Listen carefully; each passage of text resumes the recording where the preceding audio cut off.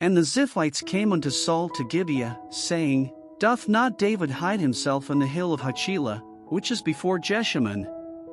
Then Saul arose, and went down to the wilderness of Ziph, having 3,000 chosen men of Israel with him, to seek David in the wilderness of Ziph. And Saul pitched in the hill of Hachilah, which is before Jeshimon, by the way. But David abode in the wilderness, and he saw that Saul came after him into the wilderness. David therefore sent out spies, and understood that Saul was come in very deed. And David arose, and came to the place where Saul had pitched, and David beheld the place where Saul lay, and Abner the son of Ner, the captain of his host, and Saul lay in the trench, and the people pitched round about him.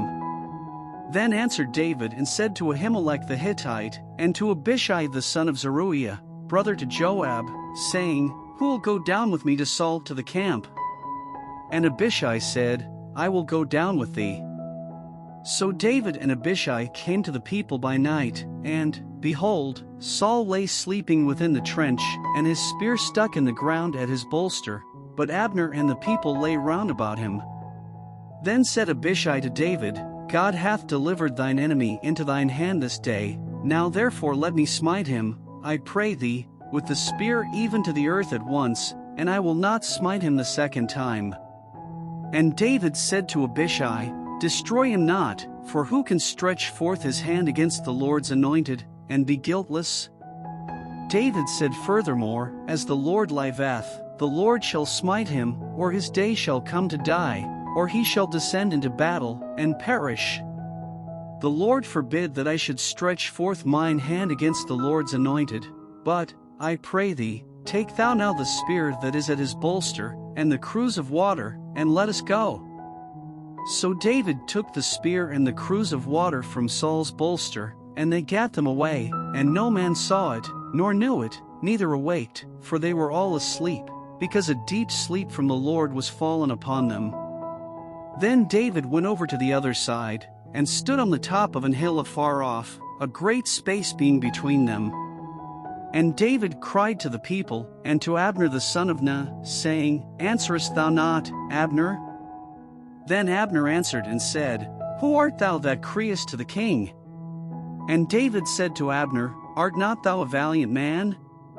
And who is like to thee in Israel? Wherefore then hast thou not kept thy lord the king?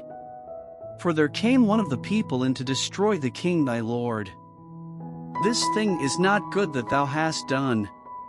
As the Lord liveth, ye are worthy to die, because ye have not kept your master, the Lord's anointed. And now see where the king's spear is, and the cruse of water that was at his bolster.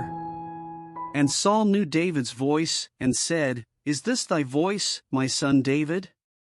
And David said, It is my voice, my lord, O king. And he said, Wherefore doth my lord thus pursue after his servant? For what have I done? Or what evil is in mine hand? Now therefore, I pray thee, let my lord the king hear the words of his servant. If the Lord have stirred thee up against me, let him accept an offering, but if they be the children of men, cursed be they before the Lord, for they have driven me out this day from abiding in the inheritance of the Lord, saying, Go, serve other gods. Now therefore, let not my blood fall to the earth before the face of the Lord, for the king of Israel is come out to seek a flea, as when one doth hunt a partridge in the mountains. Then said Saul, I have sinned, return, my son David, for I will no more do thee harm, because my soul was precious in thine eyes this day. Behold, I have played the fool, and have erred exceedingly. And David answered and said, Behold the king's spear. And let one of the young men come over and fetch it.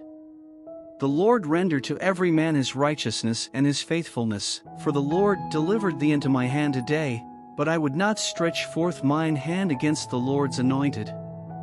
And, behold, as thy life was much set by this day in mine eyes, so let my life be much set by in the eyes of the Lord, and let him deliver me out of all tribulation.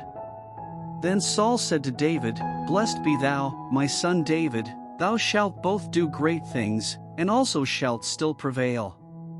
So David went on his way, and Saul returned to his place.